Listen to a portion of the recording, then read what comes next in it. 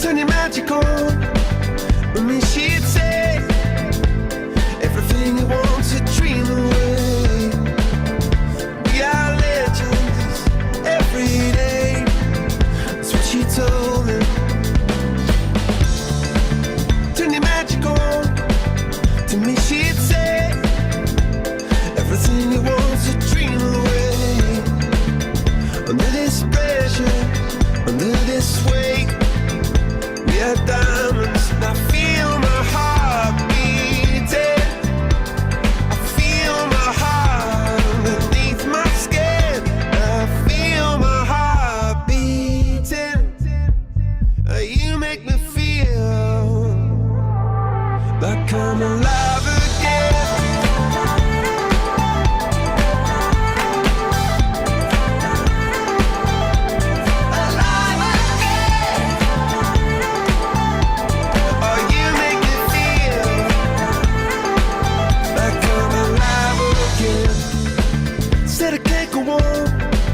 Not in this way. I'm a dreamer, die by light of day. Gonna hold up half the sky and say, only I own it. And I feel my heart beating. I feel my heart underneath my skin. Oh, I can feel my heart beating. 'Cause you make me feel like I'm alive again.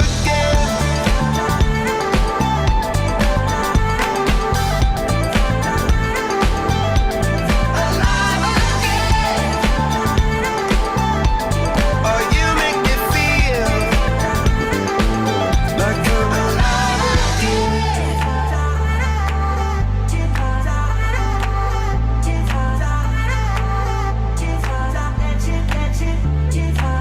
Turn your magic on. And she'd say everything you want to dream away. Under this pressure, under this weight.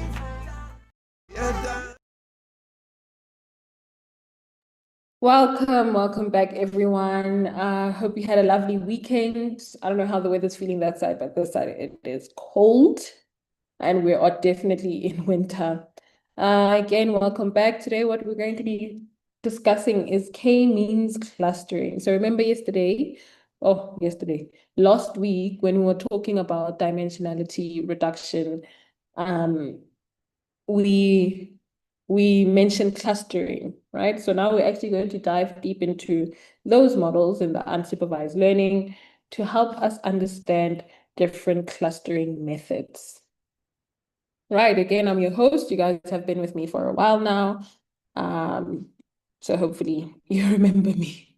Rules of engagement. If you have any questions, please post them on the Q&A section. Feel free to use the chat liberally and respectfully. We'll be opening it ad hoc throughout the session, and make sure to listen, learn, and engage. So before we get started, I always ask you, how are you feeling? The rate from 1 to 10, we're almost at the end. So hopefully the ratings will be better than before. So on a scale of 1 to 10, how are you feeling about ML so far? Give you guys a moment.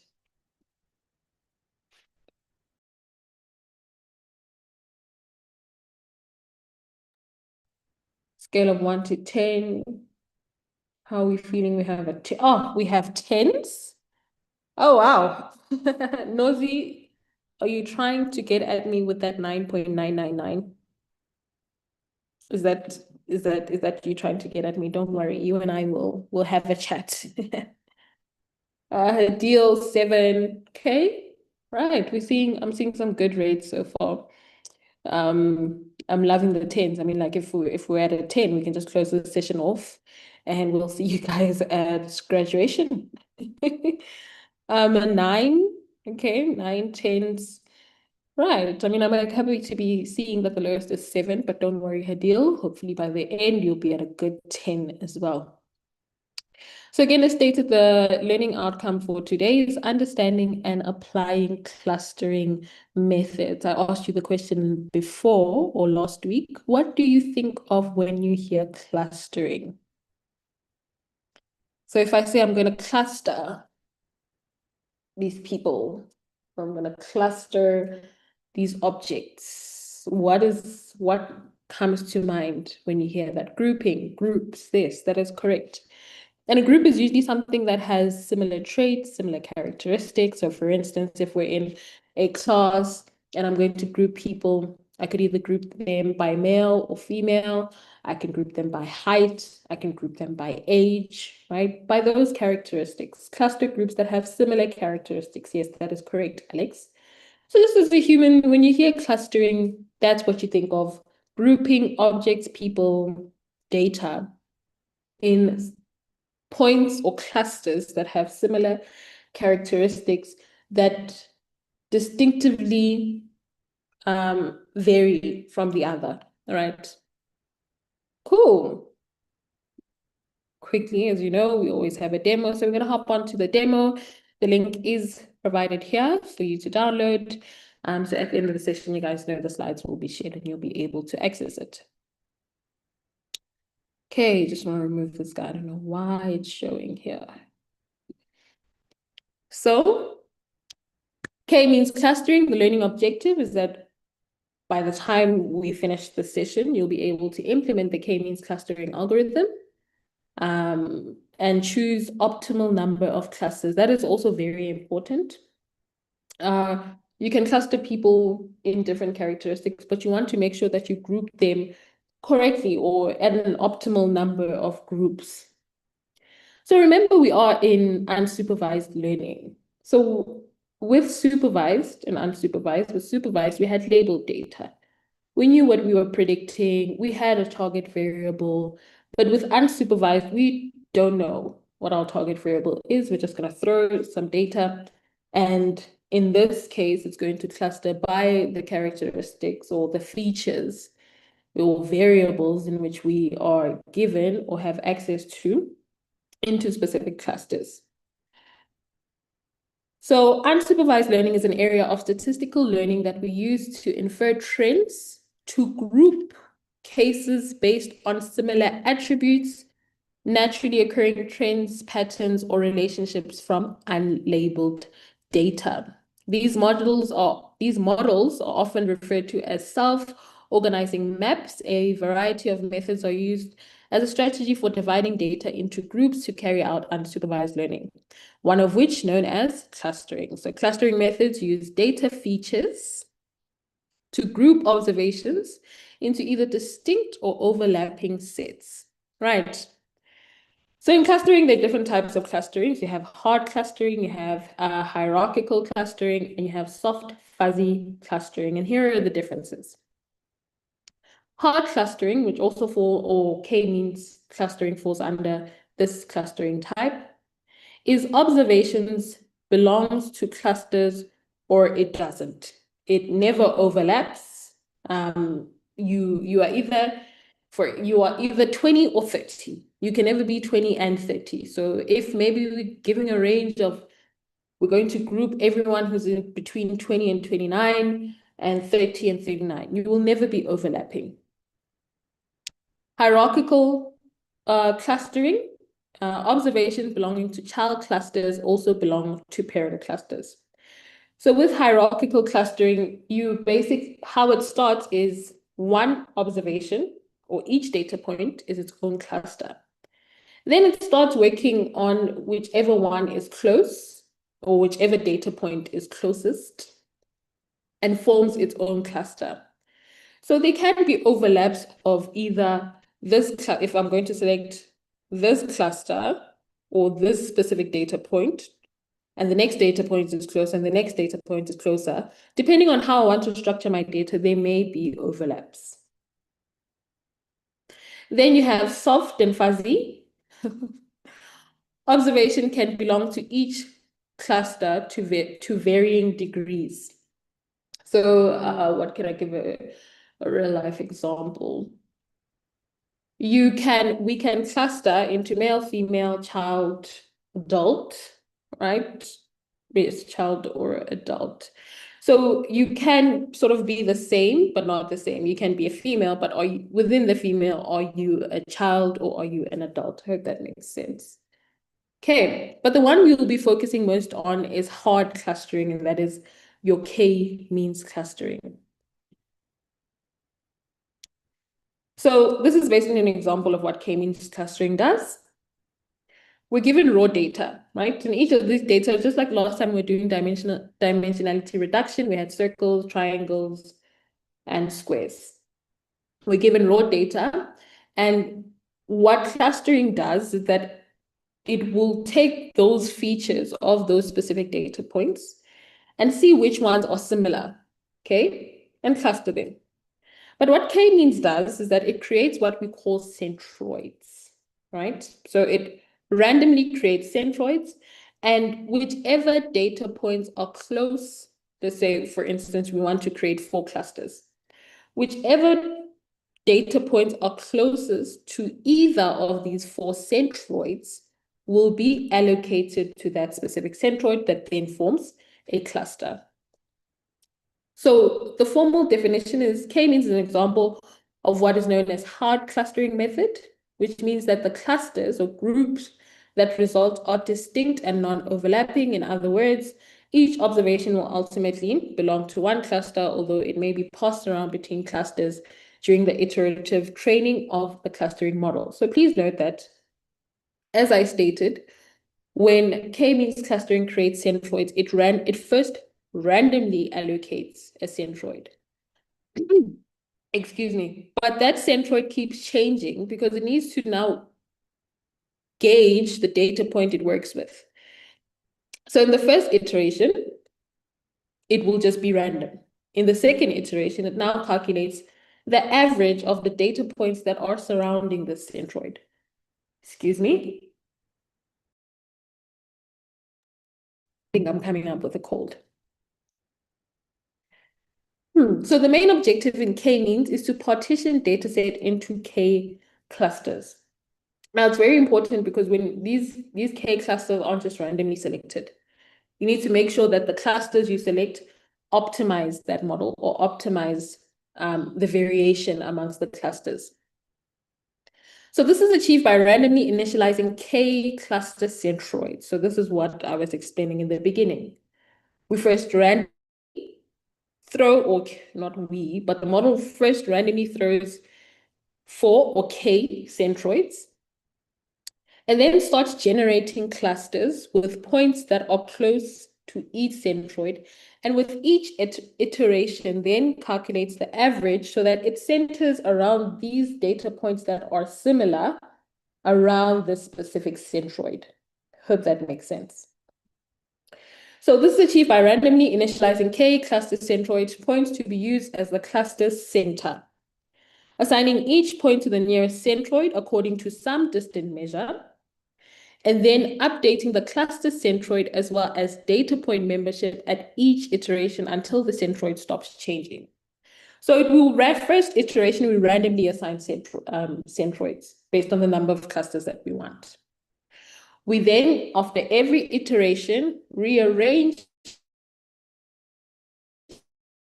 our centroid based on the data point that are surrounding the centroid by either calculating the average and obviously working with the distance of the point to the centroid to whether decide, is this point go flowing or closer to this centroid or the other centroid or the other centroid and so forth. If we know that this data point or all these data points are closer to the centroid, we then recalculate our centroid based on these data points that are surrounding it to create another centroid. So once now it has been established and they don't change anymore. So there's no new data point that is being added within the circumference of the centroid. So it remains the same. Calculating the average of the same data 100 times will still give you the same average. So once we realize that the centroid is not moving and it remains at the same point after, let's say, fifth or sixth iteration, we have now established our centroid and basically our clusters. Excuse me. One drawback of the K-means algorithm is that the analyst needs to specify the number of clusters, okay? So this is a difficult task because this number is seldomly obvious for most real data sets. However, we do have methods available which we can use to determine the optimal number of clusters. Note that when you are selecting clusters, there needs to be distinct variation between your points, right? So for example, if I had 50 observations, all right, each have their own number of features or variables. And now I decide, okay, no, I'm going to give k-means 50, or I'm going to create 50 clusters. The variation won't be high between these different clusters. So for example, if I say each point here is a cluster, the variation won't be high as to how is that guy different from the next. All right. But when we create optimal clusters, we can clearly define these groups or these labels that we have now identified just from the characteristics. Note that it's not necessarily predicting a specific target variable. It's not like we know that or when we fit our k-means model, we know that we are predicting groups or shapes or age groups or so forth. We don't know that, or level of income. What k-means does is just it takes the variables, and once it's taken those variables, it will then create clusters based on the similarity of their features, again using the model of centroids and multiple iterations to get distinct centroids that then create these clusters. But these clusters, when we, let's say, have now determined these distinct clusters, and we have, in this example, 3, we now give it a label. But when the model was learning, it did not know what it was predicting. It is the model telling us that, listen, we have 3 groups that we can identify here. I don't know what you want to call it, but all we're telling you is that these 3 clusters vary between, or in this cluster, we have income is greater than 1 million. This cluster, income is less than 1 million. And in this cluster, income is 500,000, right? It is up to then the analyst or the data scientist to now give it a label and state, okay, we'll give this high income, middle income, and low income. So don't assume that, oh, okay, no, man, but it's clearly predicting something, but it doesn't know we don't have a predictive or target variable. So even when we're going through a code, there is going to be a variable where I assign, let's say, predict, right? It's not me stating that there was actually a target variable. That is me giving that, okay, this belongs to this cluster and that belongs to this cluster. It is then up to, after analyzing and knowing what type of data we're working with, to then give it those labels that, no, this forms part of low income, high income, middle income. Okay. So some of the steps of how the k-means clustering algorithm works.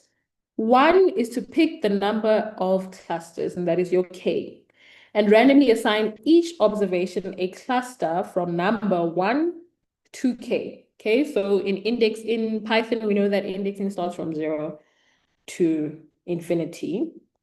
But note that, yes, it is the number of clusters you have assigned. If you want 3, you'll get 3 clusters, but the labeling may start at 0.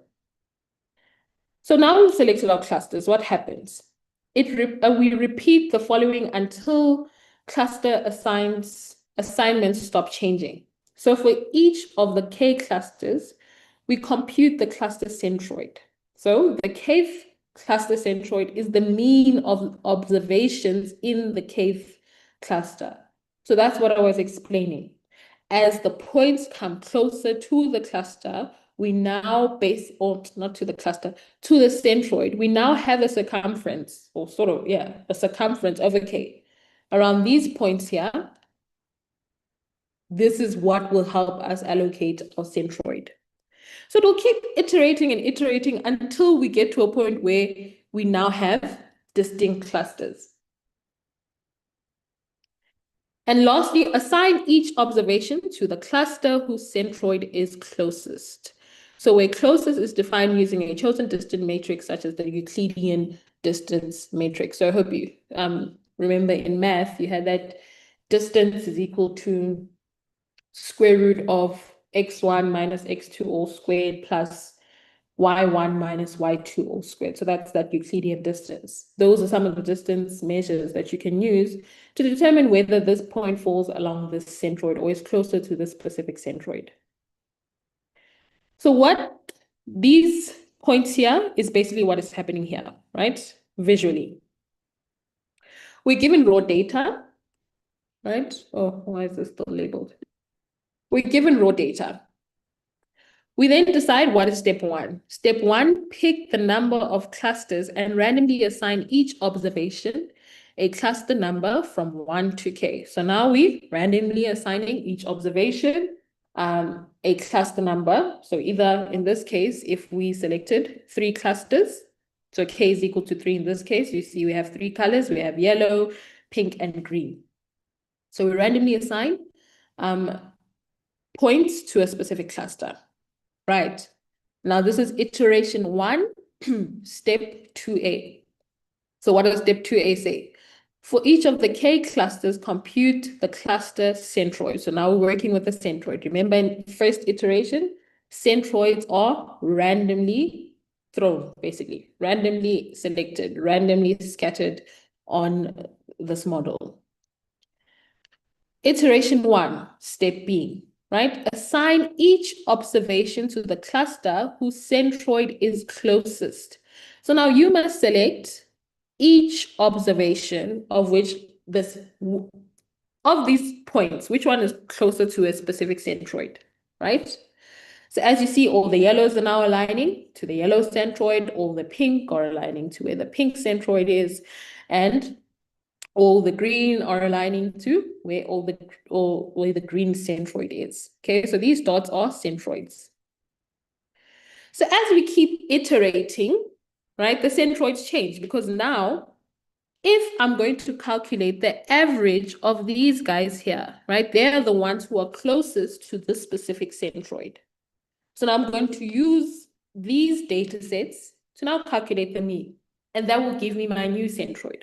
So it's going to shift. It's not going to align here. If we look at the center of the data, it will be somewhere along there, right? So in next iteration, it keeps moving and moving and moving up until we have distinct clusters. All right. So who can tell me, maybe if you have gone through the content before now, who can tell me what method or one of the methods that can be used to determine the number of clusters or the optimal number of clusters to use when using our k-means clustering algorithm? You can tell me, maybe you've read through it, maybe you have some insight on k-means clustering algorithm. Who can draw insight to us that what method can we use to make sure that we give the model the ultimate or the optimal number of clusters?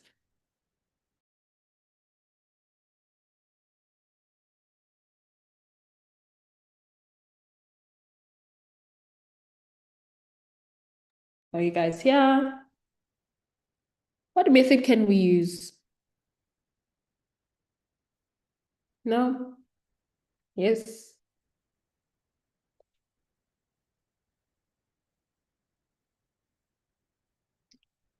No? It's quite quiet in here. Give you guys probably like a minute. Maybe you're still typing. It's just a short term though. Guys there? Okay, it's fine. Maybe you haven't gone through it, but don't worry, by the end of the session. The elbow method, yes. I'm scared to pronounce your name, so I'll go for your surname, Lawal. Yes, the elbow method. So note that, how do we know that we have a strong clusters? We need to make sure that the points there's not much variation in the points of a specific cluster. As you can see, these points are somewhat close to each other. But we also want to make sure that the variation between the different centroids are high. So take note of what I'm saying right now. In a cluster, you want to make sure the variation is not that high between the points, or within the cluster, there must not be high variation, but between the centroids, there must be high variation, right? That's when you know you have basically clustered your data well, or the model has clustered your data well. So for example, if we group between, as I stated, people in a room with age groups from 20 to 29, 30 to 39, and 40 to 49. The variation in ages isn't going to be as high as the variation between the different groups, okay? So you know that everyone who's in the specific groups is in their 20s, the other group is in their 30s, the other groups is in their 40s, right? So let's now apply all that we have spoken of and all these visuals that we've seen into Python, or practicality of the libraries we've learned and everything we know up until now. So we're going to import our libraries. We all know this. Before anything happens, you want to make sure you have the tools that you need to draw up or create or train your model. Yes. So you're going to import your NumPy, your pandas, your date time. So this is just to remember the last time when we were working, was it dimensionality reduction or hyperparameter tuning? So we could have added a line that actually times how long it took the model to learn and basically give us an output. So in this case, we're going to use date time to actually see how well you can copy the line of code and use it into your hyperparameter tuning code to see between when you had a higher number of hyperparameters or grid, or in your grid search, if you had more values per parameter or hyperparameter, then it took longer to give you an output. We also have pre-processing, make blocks, standard scalar. Okay, maybe the new one is your make blocks. So we're going to create a synthetic data. Why? So that you can see how clustering works. So we're going to create a data set that we know has clusters, right? So that once we start using such things as your elbow method to help us see how exactly elbow method and with silhouette scores, how that basically helps us identify whether we have the maximum number of clusters, not maximum, but optimal number of clusters that help our model perform better. Okay, so we can actually draw from, we know once we create this synthetic data set, we know how many clusters should be there. Okay, we have basically created a data set that has specifically 8 clusters. So once we erase it and act like we didn't know, and we train and we work with the k-means clustering method just to see how exactly we can show that we can get to the 8 clusters by using these different matrices. Then we have our plotting libraries. Okay, this is something you guys are very familiar with, hopefully by now. So let's create these 8 clusters. We're going to create 8 clusters, and it's going to have 2 features. So basically 2 variables. We're going to have 1,000 observations.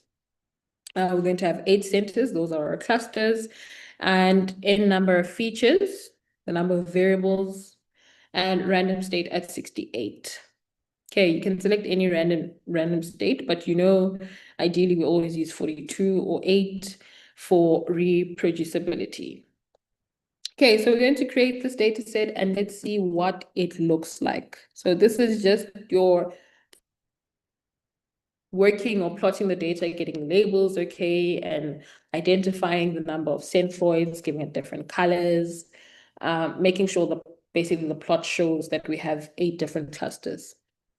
So as you can see, we have feature 1 and feature 2. Remember, I stated this is synthetic data. You can name the feature whatever you feel you want to analyze, age and height, or weight and height. Okay.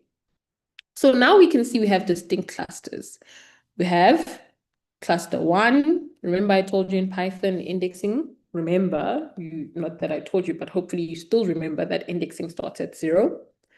So we have 1, 2, 3, 4, 5, 6, 7, 8 clusters, and they are distinctly shown with the different colors. Okay.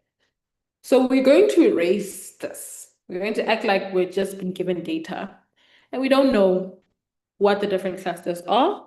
And we're going to apply the k-means clustering algorithm to see whether does it work well, and are evaluation matrix working well?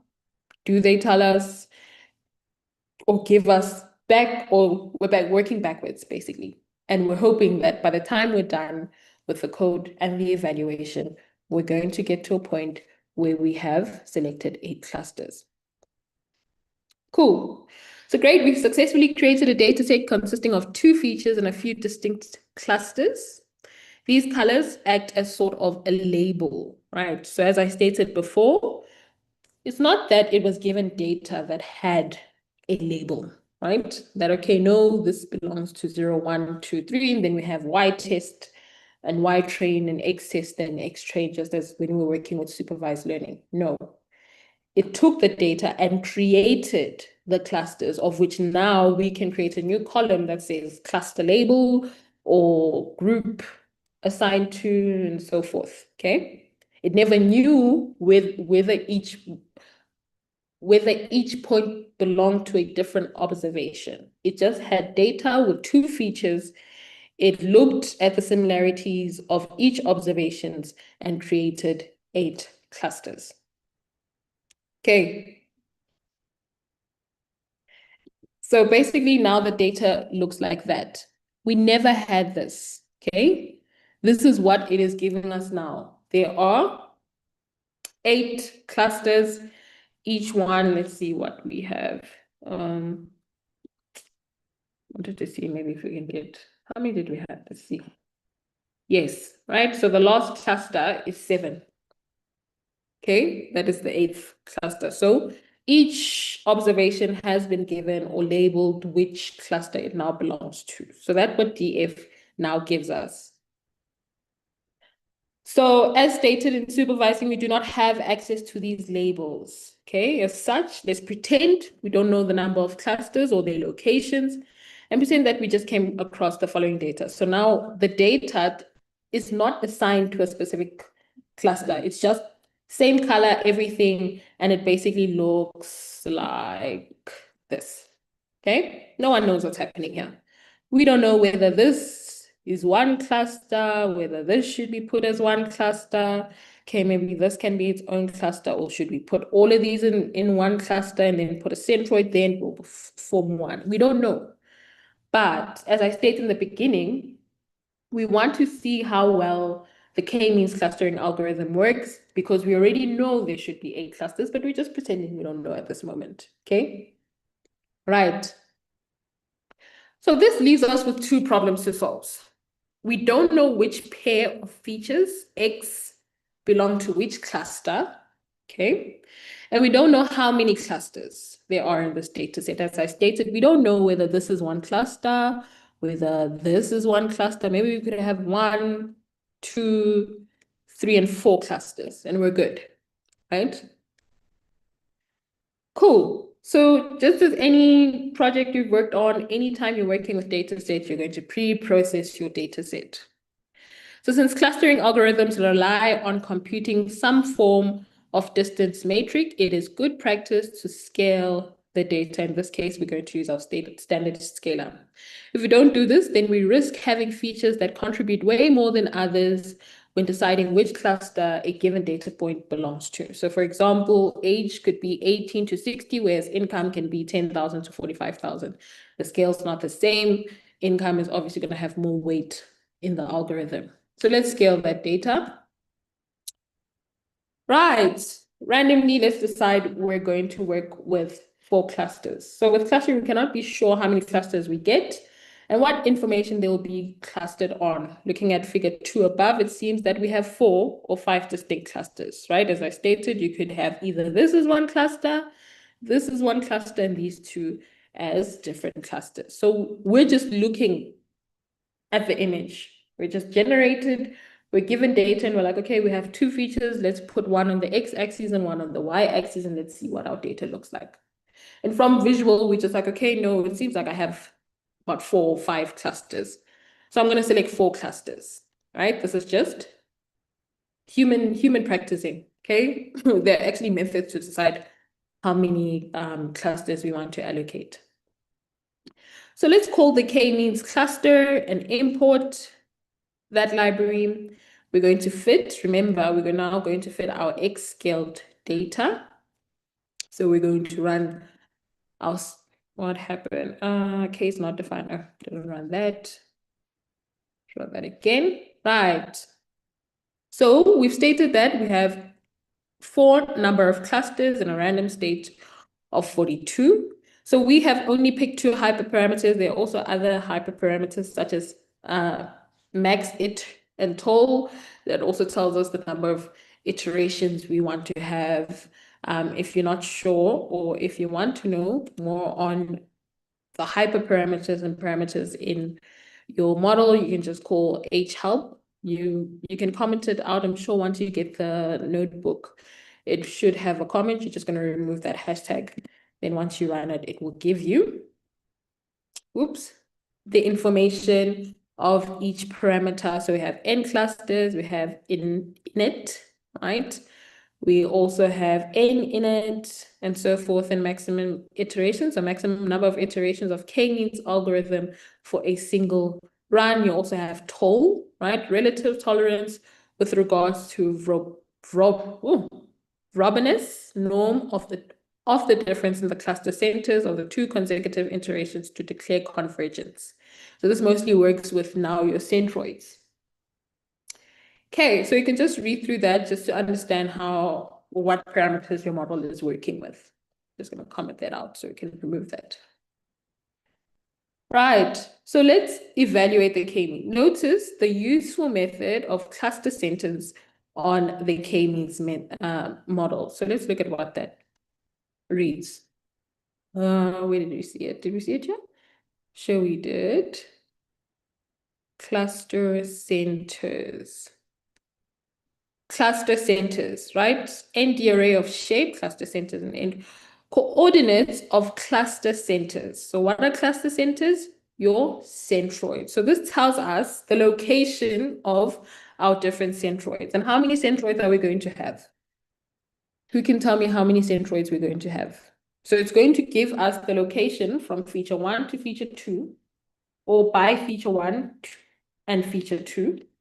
Who can tell me how many centroids we're going to have, given how we have trained our model and the number of clusters we have given it? How many centroids are we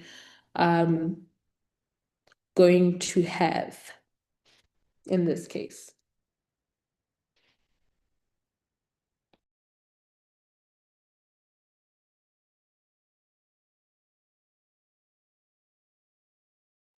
As available, how many, even if it's a guessing game at this point? Who can tell me how many centroids we are expected to have? 5 maybe? Shayla.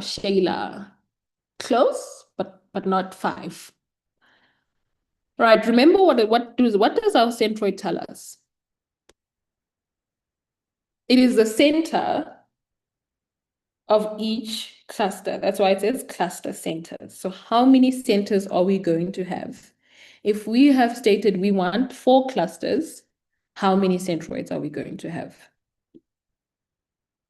4. Yes, Lawal, you're correct. We're going to have 4 clusters. Where were we here? So once we have obtained those 4, so for example, if you say center, let's say K, I'll let you know what's happening here. Just want to show you what KM, let's just copy that.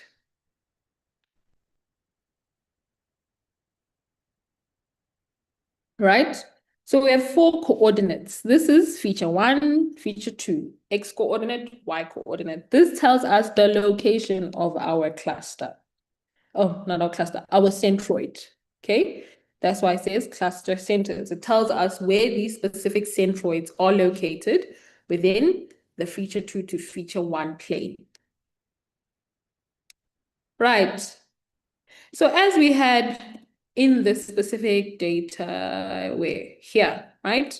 We're now going to allocate each observation and give it a cluster label, right? So we're going to predict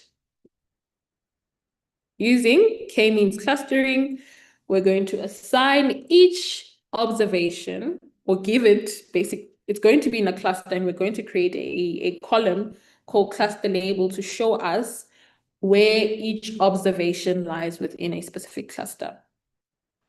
Then with centers, inverse transform, remember when we were working off, I don't know if fitted our data into our model, we scaled it. So now we want to make sure that we take the center values back to its normal form or normal values, okay? And that's why we then say inverse transform, the K or K means cluster centers. So let's look at DF no labels data. Oh, labels. Right. We now have each observation and the label of their cluster. All right, we also saw the centers. We can print centers here. Let's see. And there we have it. It is in its original value. But once we print km.cluster centers, these are with regards to the scaled data or the scaled x values. So now the centers have taken it back to its original scale and the location, basically. Okay, hope that makes sense. So let's visualize how well we did with just 4 clusters. Did we identify them well? We know that 1, okay, we're acting like we don't know now, but we know that we're supposed to have 8 clusters. But let's see if we didn't know how we're performing well or how we're performing with just 4 clusters. If we look at our centroids, right, as you can see, the purple dot tells us our centers or our centroid. And if you look here, this centroid, it looks like which side are you on? The values aren't centered well around the centroid, same as here. Maybe likely there you almost got it, but not enough. There seems to be looks like some sort of symmetry. We're not sure, right? So what you always want to make sure is you want to see how your data is surrounding your centroid. Like if you're going to be a center, you want to be at the center of the data, right? And now if you look here, that does not look like it's centering well, right? You want to make sure that your centers center well within your data. So clearly, 4 clusters isn't doing well for us. Yeah, we guessed. We try to use our human eye to decide how many clusters we can work with and try to optimize. But the centroids aren't pleasing, and the location of the centroids don't give us what we're looking for. So although K means tried, this configuration is a far cry from the initial clusters we generated in figure 1. A usual observation here is that cluster centroids can also occur in places where there is no data, right? So if you look here, there's no data. So now let's see if we can pick a better number of clusters that's going to have our centers performing well and basically make sense. So we have what we call within cluster variation. Let's see what this formal definition states. So this is when the Alba method is going to be introduced. So to use the Alba method, we will perform K means clustering a number of times, changing the value of K each time.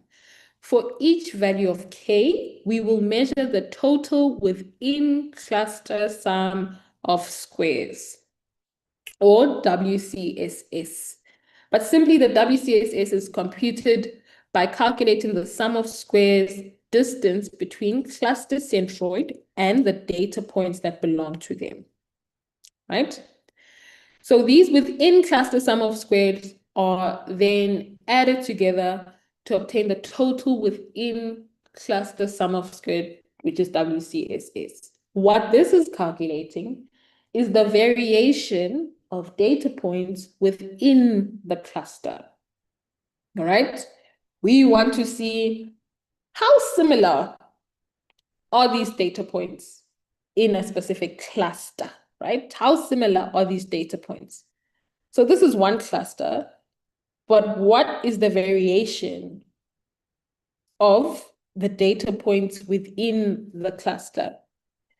Now, I'm going to ask you a question. Do you think the variation should be high or low?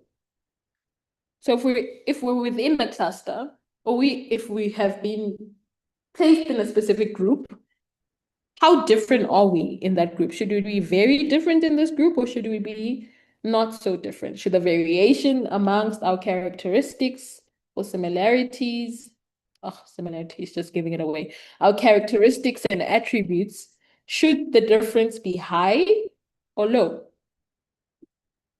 Low, that is correct, Alex. It should be low. We're in the same group.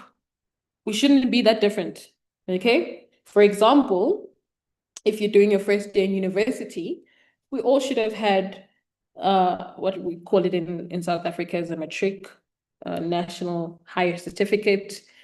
So we go from national higher certificate, and then you decide whether you want to do a diploma or a bachelor's degree or a higher certificate. But cool, you get out of high school, you're what age? Everyone, there is going to be some sort of variation with first years. There may be someone who's starting a new degree and maybe they're in their 40s or 30s, but majority should be around the age of 18, right? Cool.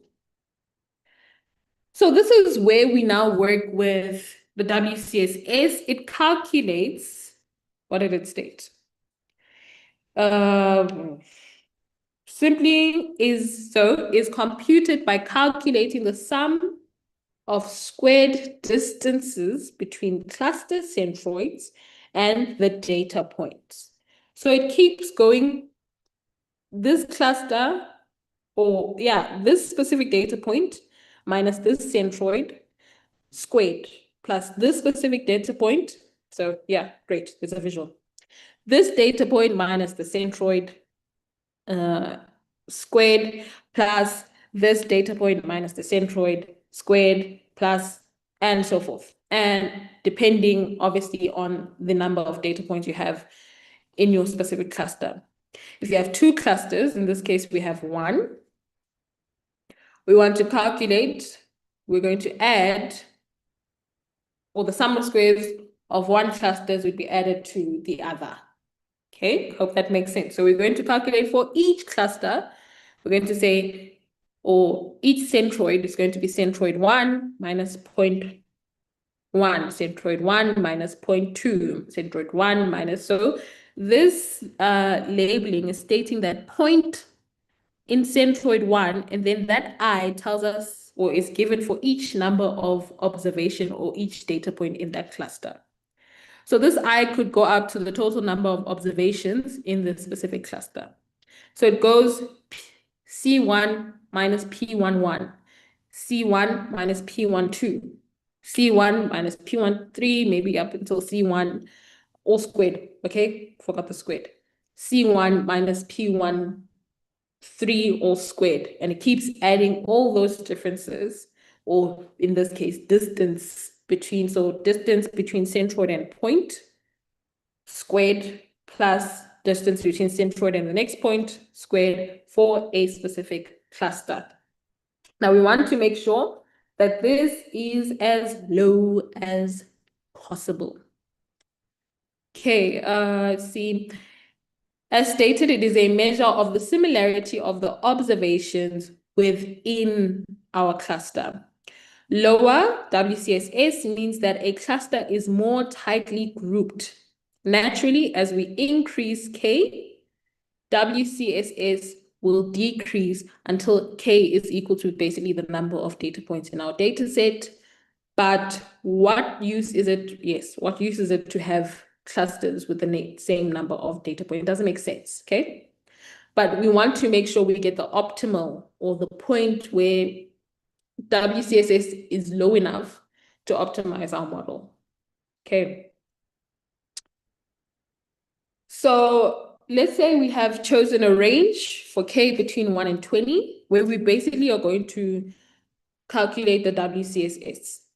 And as we go through this iteration, so what is happening here is that we are implementing this equation here, right? We're creating a function that will implement that equation there.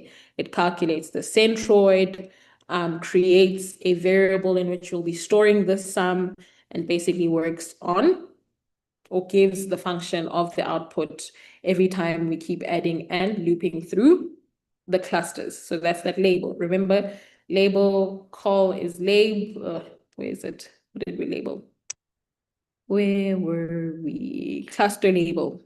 Okay. Right. So it's going to basically calculate this. That's the function. And then we are going to work and create or give the function a specific number of clusters. In this case, we're stating we want to create between 2 and 20 clusters. We're not going to go from 1, because one cluster is basically the whole data set. So we go from 2 to 21. Note that why we're saying from 2 to 21, it is not inclusive of 21, right? So we're going to be creating these clusters and also calculating the WCSS value. Want to make sure, oh, I haven't run this guy. We want to make sure and see how well, remember, we want it to be as low as possible, but not too low. How do we read the ALBO method, or how do we select the correct number of clusters? This is when our WCSS value doesn't decrease that much. So for example, if I go from, let's see, if I have one cluster in a group, and then I move from, let's say we're separating from age groups, from 20 to 29 and 30 to 39, okay? We know that, what was I saying again? Now I've lost track of thought. Oh, we're calculating the WCSS. We want to make sure that, yes, there still is going to be difference within the different clusters. Not everyone in the specific cluster is going to be of the same age. No, we'll never reach a WCSS where each cluster is at 0. But we want to make sure it is low as possible. So within the first group of 20 to 29, at most, the difference will be 9, right? And at 30 to 39 as well, the difference will be 9. But if there were one cluster, so from 20 to 39, the difference is 19. But we want to minimize the differences between these observations within our cluster, okay?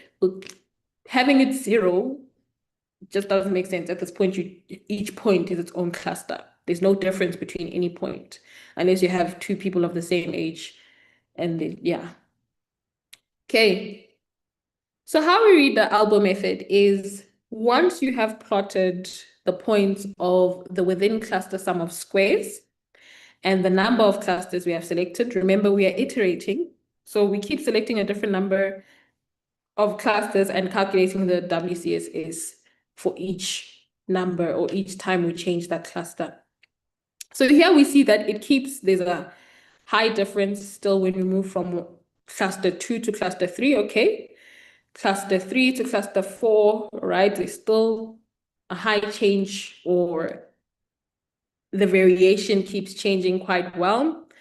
And then from 4 to 5, not that much, but then from 5 to 6, there wasn't that much different there. So maybe we may stop here. And we see that, okay, the values aren't changing that much anymore, or there isn't much change into the within cluster sum of squares value. It moved from going, what would that be? Let's say 40,000 to about 17,000. That's a huge jump. So using the ALBO method is as simple as observing the plot of the within cluster sum of squares for each number of clusters and deciding where the ALBO is, okay? So the ALBO could be here, or it could be there, but we've already tried 4 and it didn't perform well for us. So maybe let's try this ALBO of k is equal to 6. The ALBO is loosely defined as the point of which the within cluster sum of squares has its greatest decrease in slope. In other words, it is a point after which adding another cluster does not meaningfully decrease the WCSS.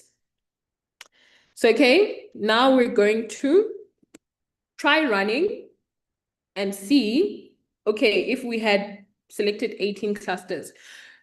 This specific line is just to identify where you would assume the number of clusters is at the optimal.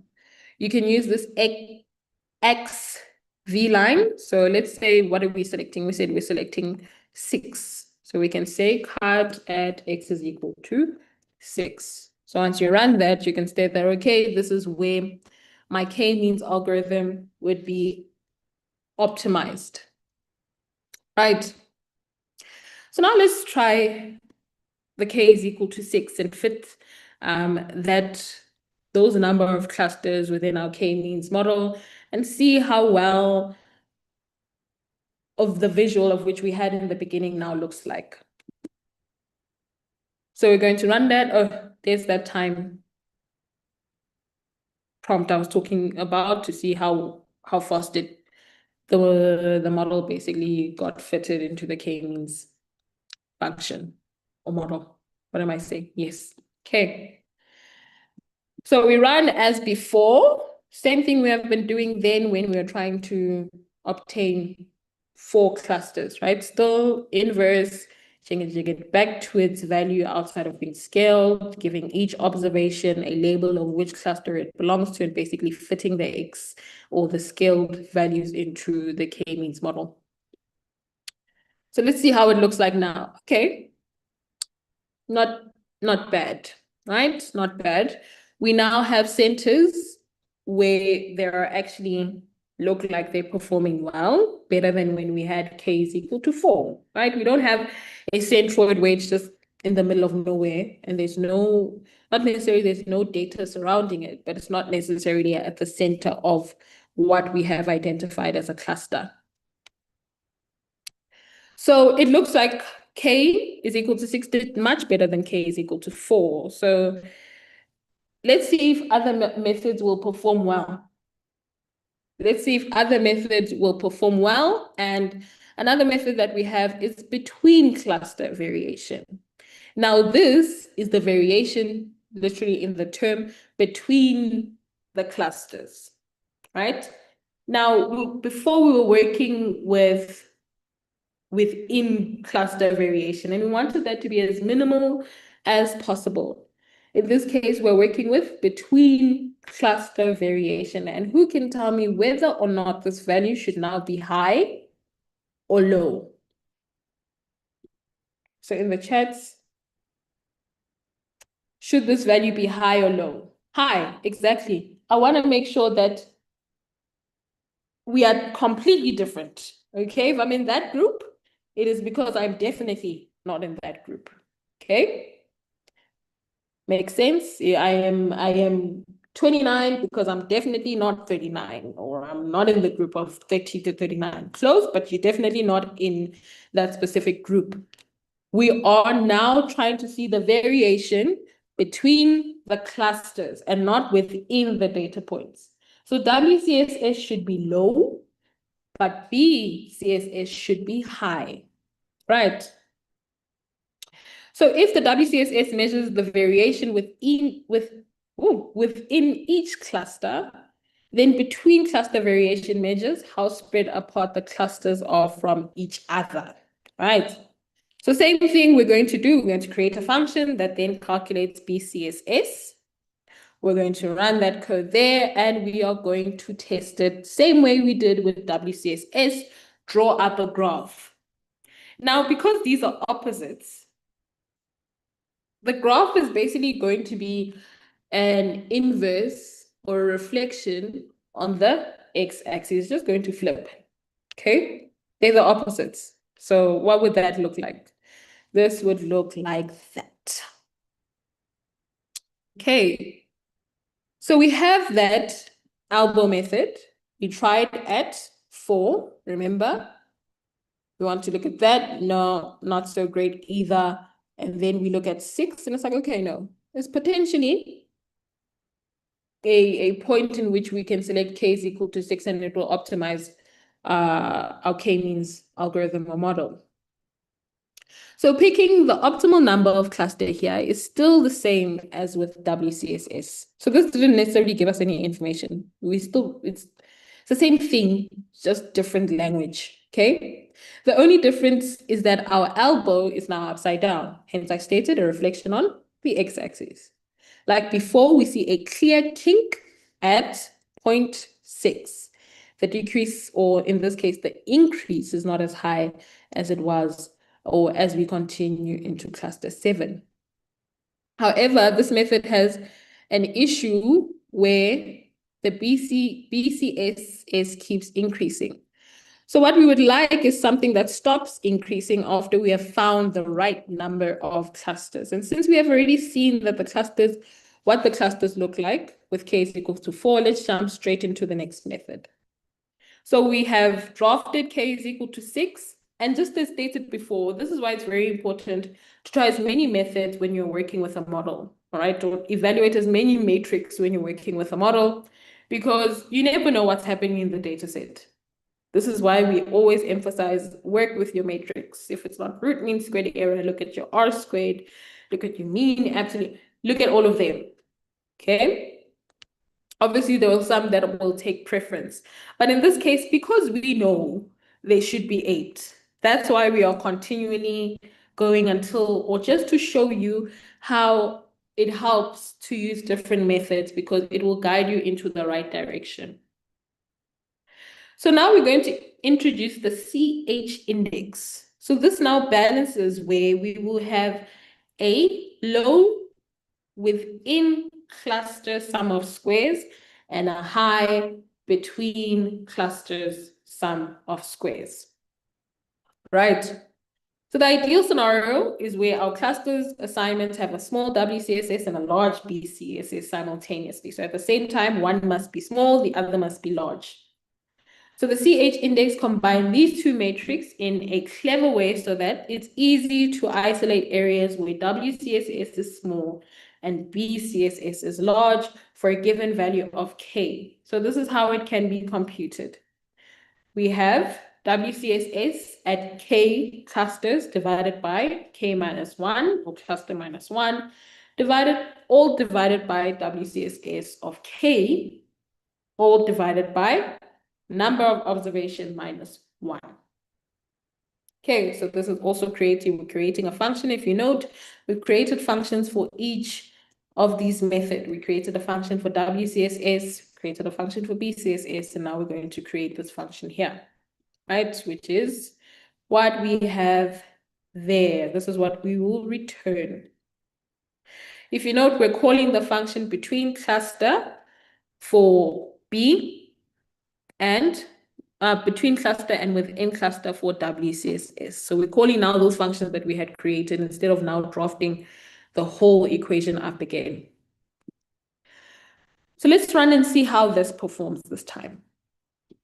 Again, we're going to be using our visuals to help us see, and because we know where or how many number of clusters we want to work with, we will then start analyzing the peaks of the graph. So in this case, if you see the highest peak, where is it? It is at 0.8. Now, we don't know, but we know, right? But just to show you how much it helps to try every method that you know to make sure that you optimize the performance of your model is now evident. Once we combined our WCSS and our BCSS, we finally got to a peak that helps us or shows us that K is equal to 8. So here we see a very obvious peak at 8. If you still remember, as stated in the data we had above, we had created a synthetic data set with specifically 8 clusters. So this metric is definitely easier to interpret. The rule of thumb here is to investigate each peak. So this includes, we have a peak at 4, at 8, and at 13. 16 and 19 as well, in cases where things aren't clear in. So if you didn't know, right now we're happy to see this peak, but suppose you didn't know, you want to make sure that you check every peak that you find and now use and see how well each one performs. So let's try cluster 8, or K number of clusters equal to 8, and apply it to our model and see, as if we know, we don't know. We don't know how our model is going to perform, right? And boom, look at how well our centroids are located. They are centering well, right? Remember then I was stating that they are not centering themselves well. In this case, they've now centered well within the specific data, which is what we had from the beginning, acting like we didn't know, but we know what our data looks like, right? We had created 1, 2, 3, 4, 8 clusters, and using the CH index, we now have created, or from the raw data that we pretended we didn't know anything, we now have well allocated centroids for our clusters. Each one is centered amongst each data set. You can see there isn't much variation. I mean, like there will be those guys who are outside or slightly outside, but if you note, the centroid is well within the observations of that specific cluster. So it looks like K is equal to 6 did much better. Oh, which one's this one? K is equal to 8 in this case did much better. I'll make sure to correct that. No, where am I? There, we're here. Right. So K is equal to 8 gave us the correct, judging from our CH index.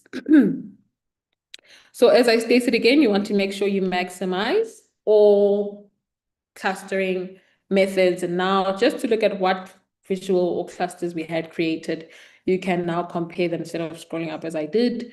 You can compare, oh, okay, it has given me the correct clusters from the ones we had synthetically created. Right. So quick question in the chat before we hop onto the evaluation matrix. When do we know that we have the optimal number of clusters? When do we know that we have the optimal number of clusters?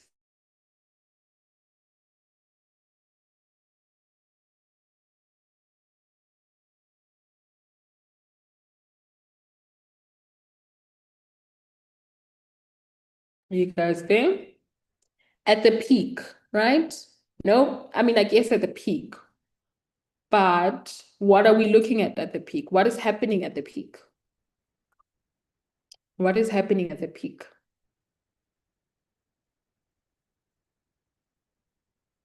You can tell me what is happening at the peak.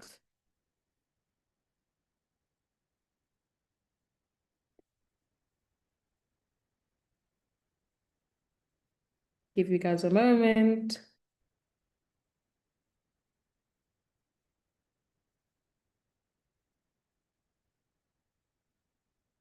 At the peak, what about the variation? I think that's the terms I'm looking for. The methods that we use. What must be happening at the peak? What does the peak tell us? What does CH index tell us? The peak of BCSS and WCSS. Yes. Wanted more of, we have optimal K number of clusters when our within cluster variation is low and our between cluster variation is high. All right. That's when we know we have optimized or have optimal number of clusters.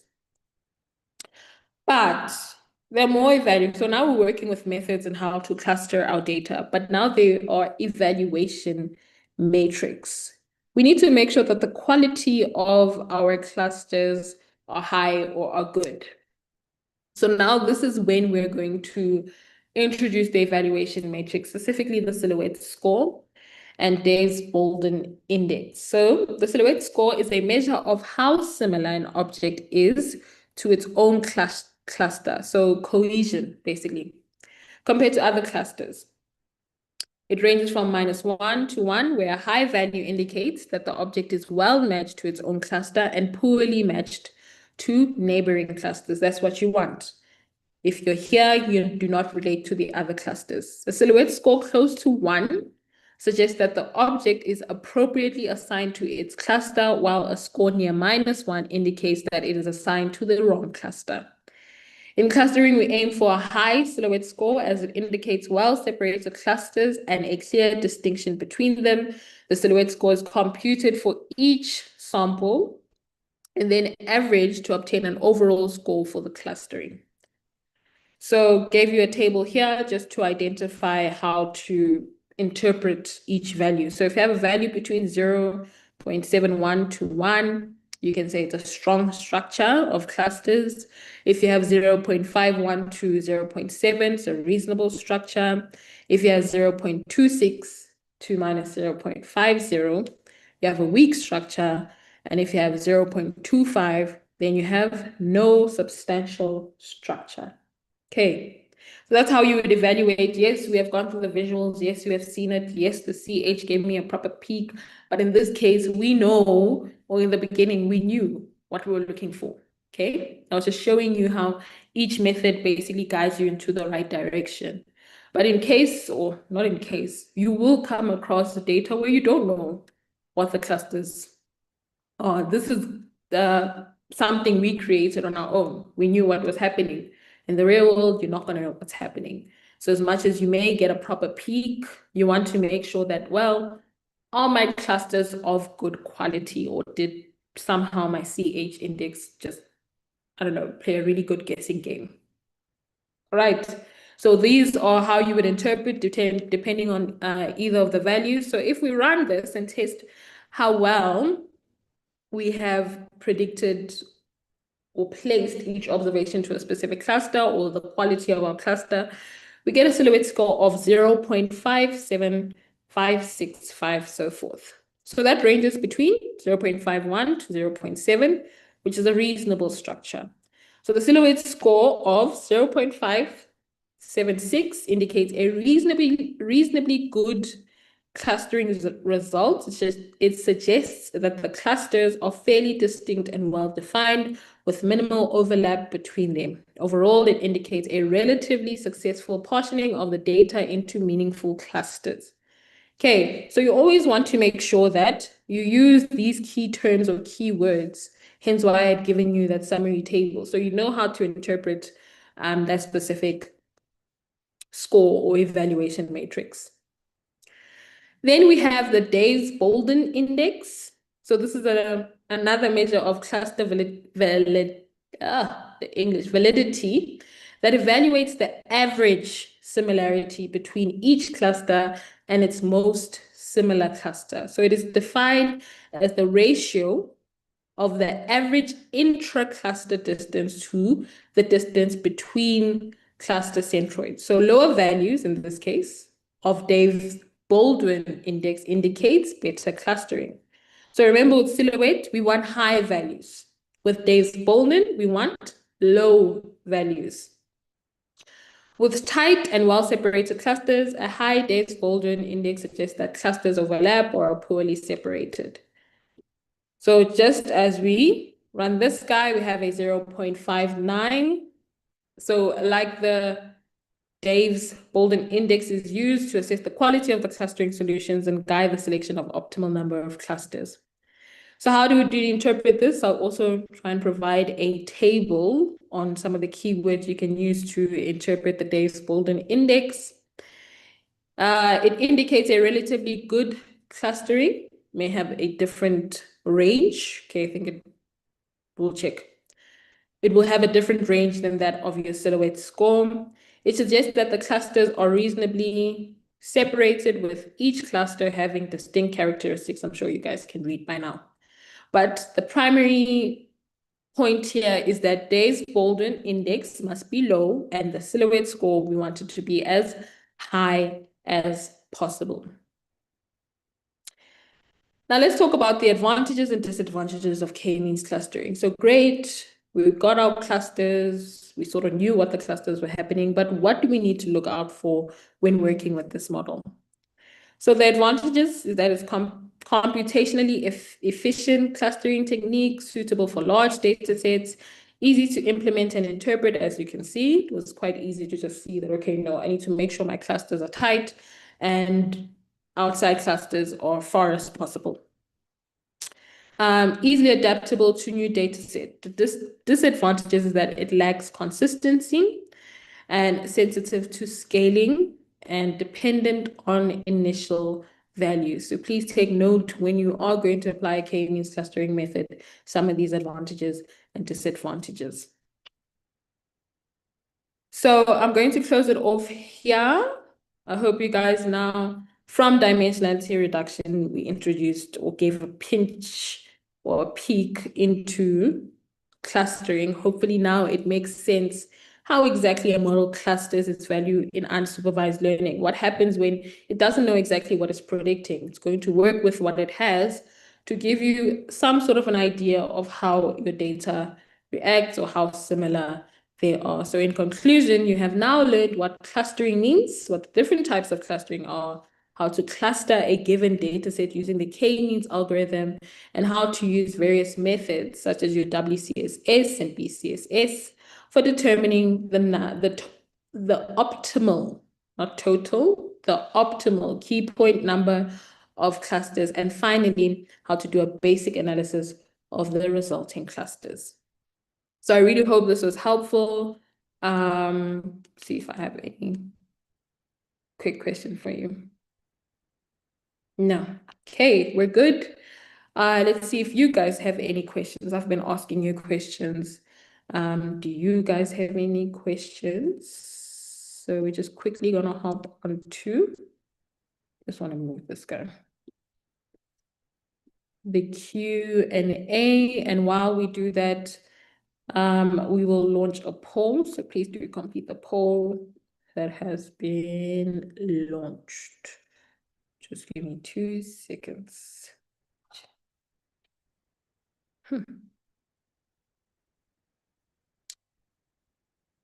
There we go. Okay, so a poll has been launched. As I let you guys complete the poll, do you guys have any questions that you'd like assistance on? So please do complete the poll that has been launched now. Okay, I think there's one person who just, okay, great. Any questions on your side? Okay, let's see. I think we have, oh, can I see? Oh, Let me maybe close this because I can't see it. Q&A. Have I rightfully qualified for the certificate if I have passed all assignments so far? So we are currently in week 12, correct? So you need to have passed 12 out of the 15 assignments to make sure that you qualify for the certificate. So if you've passed all 12, then you definitely qualify for the certificate. But that does not mean do not complete all the following assessments. At the same time, it's not about how many assignments you have completed, but how much knowledge have you gained and what do you call absorbed to help you better your understanding in machine learning. It's not about the assignments. You always want to make sure that what you're going through, what you're doing, you can extend from. Can't extend from like saying, oh no, I did 12 assignments. Did you understand what was happening? Did you follow up on what came after? Like you see now, everything is always just a build-up. I like saying yesterday, last week, we spoke of dimensionality reduction. We gave a peek of clustering. We're in clustering now. Right, next week, we're going to be talking about Gaussian mixtures. Everything's a build-up. And yeah, but yes, if you've passed 12 out of the 15 assignments, then you have qualified for the certificates. So are there any questions?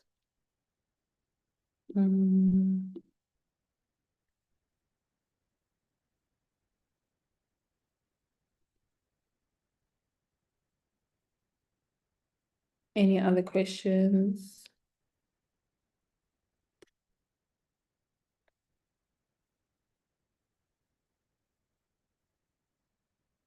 At the moment, maybe it's still time.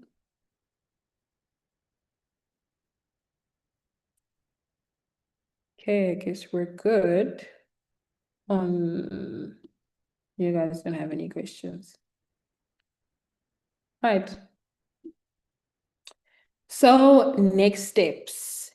Your next assignment is your K-means and hierarchical clustering is due on Monday, 1st June 2026 at 11:59 GMT. Start learning now. The recordings to the session will be shared with you and you will find them in the ML.03/2026 Program Hub on eHub. And remember, you are not alone in the community. Engage with your squads, ask for clarity, and post your wins, challenges, and new insights on your squad spaces. We've also provided some extra resources that could help. We have a YouTube video here to basically help you understand denograms. So agglomerative clustering is the opposite of that. And here you're... Hopefully you guys saw that. And there's a link to the project guide as well. So hopefully these will be very much helpful and definitely take a look at them once you get the link to the slides. So once you get access to the slides. All right. Thank you guys for joining. And we will see you next week. Note that you are almost there. Don't give up. Keep going. And wishing you a lovely weekend. And good luck with your assessment. I'll see you next week, Tuesday. And cheers.